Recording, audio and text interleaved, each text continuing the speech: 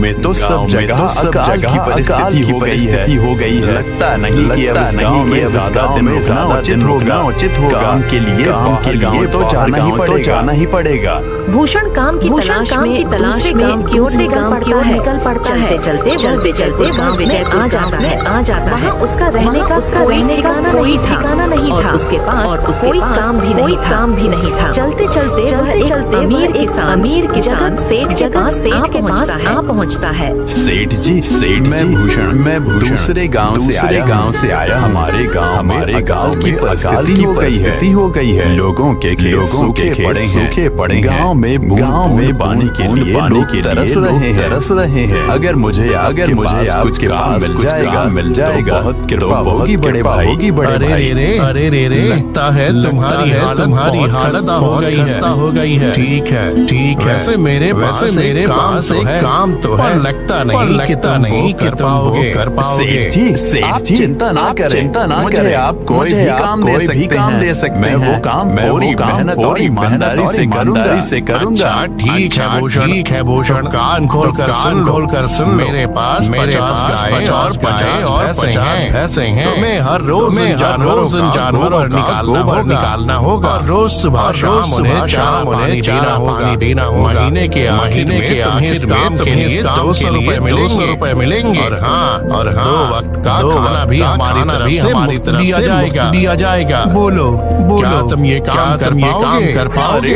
अरे बाप, 50 गाय और भैंसों को संभालना आसान काम नहीं है। पर अब मैं कुछ कर भी तो नहीं सकता। और ऊपर से सेठ जी खाना भी दे रहे हैं। ठीक है सेठ जी, ये काम कर लूंगा। पर एक विनती है। बोलो भूषण, क्या बात है? सेठ जी, अगर आपको समस्या ना हो क्या मैं आपके गायों के साथ गौशाला में रह सकता हूँ? सेठ जी, मैं इस गाँव में नया मेरा रहने का कोई ठिकाना नहीं है। जगह सेठ सोचता है भूषण को और भूषण से नीचे तक देखने के बाद उससे कहता है ठीक है भूषण, गौशाला में रह सकते हो। धन्यवाद सेठ जी। तब से भूषण गौशाला में रह काम करने लगता है। रोज जल्दी उठकर जाए और भैंसों का गोबर निकालता, चारा डालता, समय पर पानी भी पिलाता था। हर रोज भूषण ईमानदारी मेहनत से करता। जगत सेठ को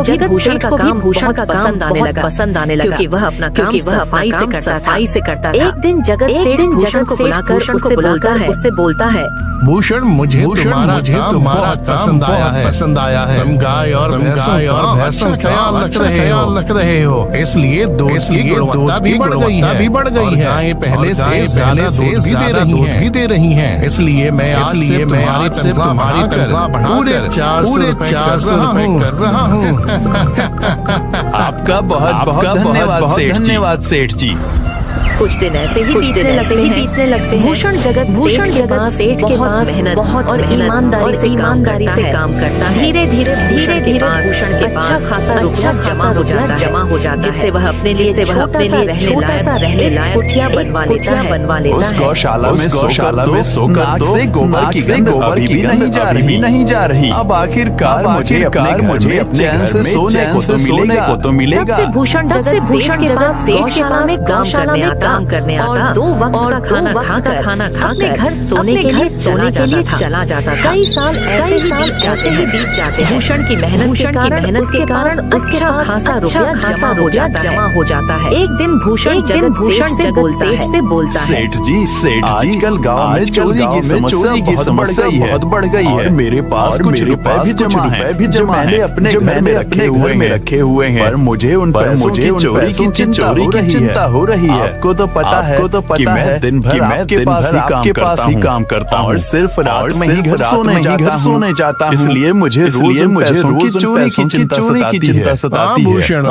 बात तो बिल्कुल सही कह रहे हो। दिन गाँव में नए चोरी सामने आ रहे हैं। दिन भर तो तुम्हारा ही रहता है। चोरी होने की संभावना तो जरूर है। थोड़ी देर सोचता है, भूषण से कहता है, देखो देखो ऐसे समय में तो गांव में तो गांव में एक ही जगह जहां पर तुम्हारा धन सुरक्षित रह सकता है, वो है जमींदार का घर। जमींदार का घर। भूषण, हाँ भूषण, गांव के जमींदार बहुत ईमानदार दयालु हैं। ऐसा मैंने कुछ लोगों से सुना और उनके घर पर सारे पहरेदार भी हैं। तो चोरी होने की संभावना बहुत कम है। तुम अपने पैसे उनके पास रख सकते हो। ऐसा है क्या सेठ जी? ठीक है। फिर आज ही मैं जमींदार जी से मिलकर बात करता हूँ, उन्हें अपनी समस्या बताता हूँ। उस दिन भूषण जमींदार जी के घर उनसे बात करने जाता है। अंदर आए जा रहे, रुक जाओ। जी मुझे जमींदार जी से मिलना मुझे उनसे कुछ काम है। तुम कौन से? मुझे जरा बताओ। जी मुझे कुछ पैसे रखवाने थे उनके पास। यही काम के लिए आया था। अच्छा ठीक है। तुम अंदर जा सकते हो। नमस्ते जमींदार जी। मैं भूषण जगत सेठ के यहाँ काम करता हूँ। कुछ साल पहले ही मैं दूसरे गांव से यहाँ आया हूँ। अच्छा भूषण बोलो क्या काम है मेरे पास? जमींदार जी मैं सालों से जगत सेठ के पास काम कर रहा हूँ और मैंने कुछ रुपए भी जमा कर लिए हैं। पर बात यह है कि गांव में चोरी की समस्या बहुत बढ़ गई है। मुझे अपने रुपए घर में रखने से डर लग रहा है। अच्छा कितने रुपए जमा किए हैं तुमने? जमींदार जी यही कोई 6,000 रुपए होंगे मेरे पास। ये तो बड़ी रकम है। मैंने आपकी ईमानदारी के बारे में लोगों से बहुत सुना है, इसलिए मैं अपनी रकम आपके पास के लिए रखने आया हूँ। हाँ भूषण तुमने बिल्कुल सही सुना है। तुम्हारी रकम मेरे पास पूरी तरह से सुरक्षित रहेगी। तुम अब चिंता ही छोड़ दो, मैं सब देख लूंगा। भूषण अपने पैसों की थैली जमींदार को दे देता है। ये पूरे 5,800 रुपए हैं। गिनकर देख लीजिए। गिनने की क्या जरूरत है? तुम तो जगत सेठ के आदमी हो। मुझे तुम पर पूरा विश्वास है।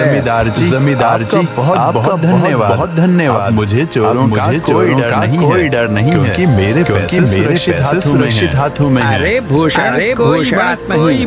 धन्यवाद तो मुझे बोलना चाहिए। जो तुम मेरे पास अपने रुपए रखने के लिए। भूषण अपने पैसे को देकर अपने घर चला जाता है। हाँ भूषण तुम्हारे पैसे मेरे हाथों में ही अच्छे लगते हैं। ऐसे ही भूषण ईमानदारी और मेहनत सेठ के यहाँ काम कर रहा था। देखते ही 2 साल ऐसे ही बीत जाते हैं।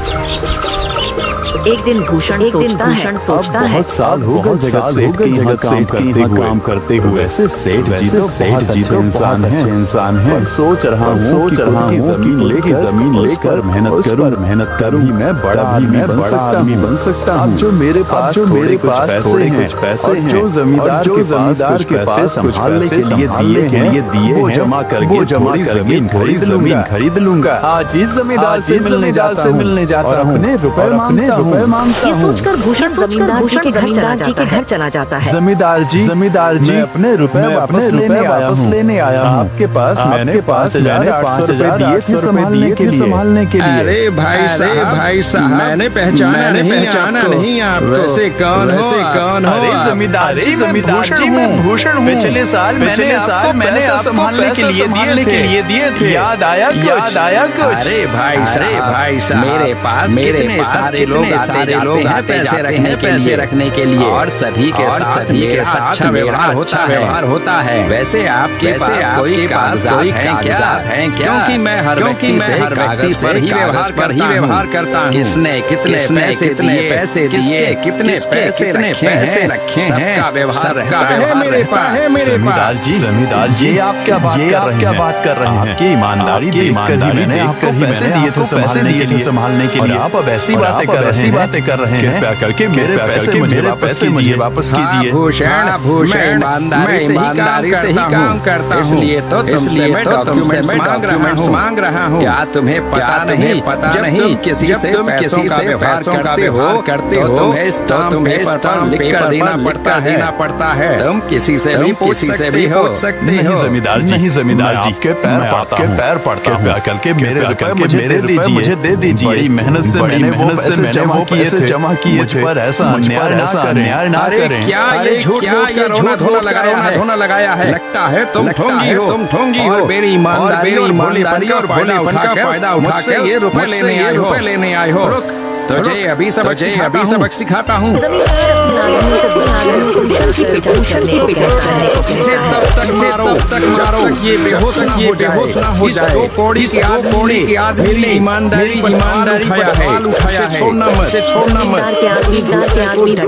डंडे से फिर भूषण दुखी होकर चला जाता है। भूषण के शरीर पर घाव के निशान दिखाई दे रहे थे। 2 दिन से भूषण घाव के दर्द के कारण जगत सेठ के लिए नहीं जा पाता, इसलिए अगले दिन भूषण के पास आ जाते हैं। देखते हैं कि भूषण सो रहा है और वह बड़ा ही चिंता में नजर आ रहा है। भूषण भाई 2 दिन काम पर नहीं आए। क्या हुआ भाई? तबीयत ठीक है ना तुम्हारी? कुछ समस्या है क्या?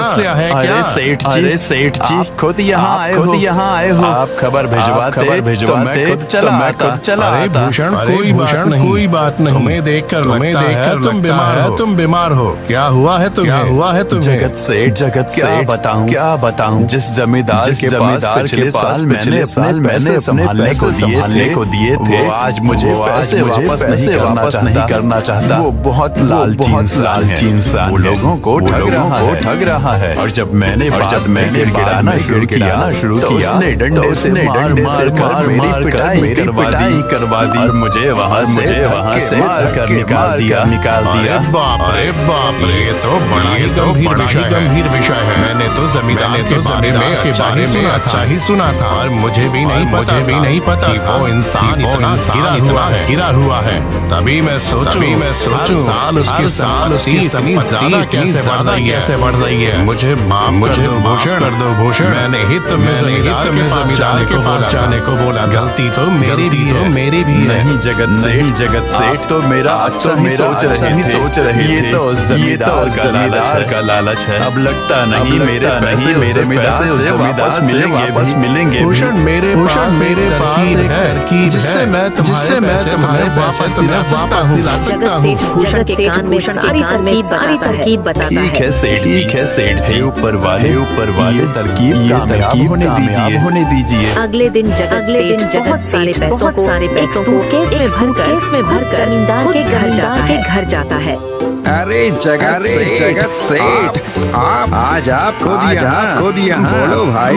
इस गरीब के घर कैसे आना हुआ? हमारा तो ये सौभाग्य है जैसे आदमी के चार हमारे घर में लगे हैं। जमींदार जी अरे जमींदार जी तो मुझे लज्जित कर रहे हैं। वैसे मैं कुछ महीनों के लिए दूसरे राज्य में व्यापार करने जा रहा हूँ। मैं ये लगभग 50,000 रुपए लाया। मुझे डर है ये चोरी ना हो जाए। आप मेरे सारे पैसे अपने पास रख सकते हैं। आपके सिवाय इस गांव में और किसी पर भरोसा नहीं कर सकता। अरे जगत से भी कोई पूछने की बात है। मेरे पास आपके पैसे बिल्कुल सुरक्षित रहेंगे। आप निश्चित होकर व्यापार करने जा सकते हैं। इस बार बड़ी मछली हाथ लगी है।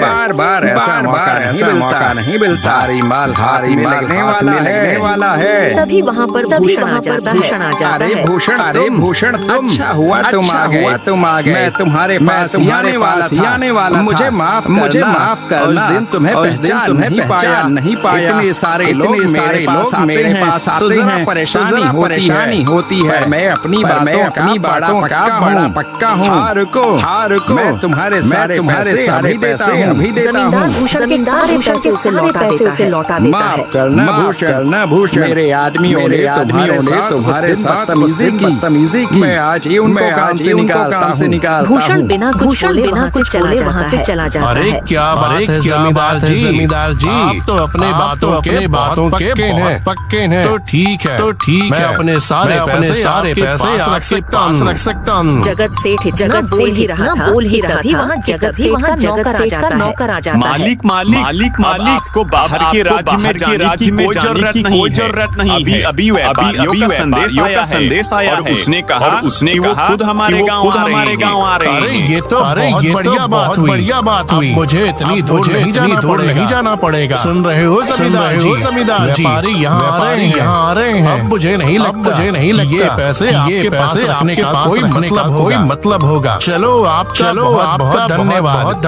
आपने इतनी ईमानदारी दिखाई मुझे। हाँ, अगली बार जरूर आपके पास ही ऐसा आऊंगा। बोलकर जगत सेठ और उसका नौकर वहाँ से पैसे लेकर चले जाते हैं।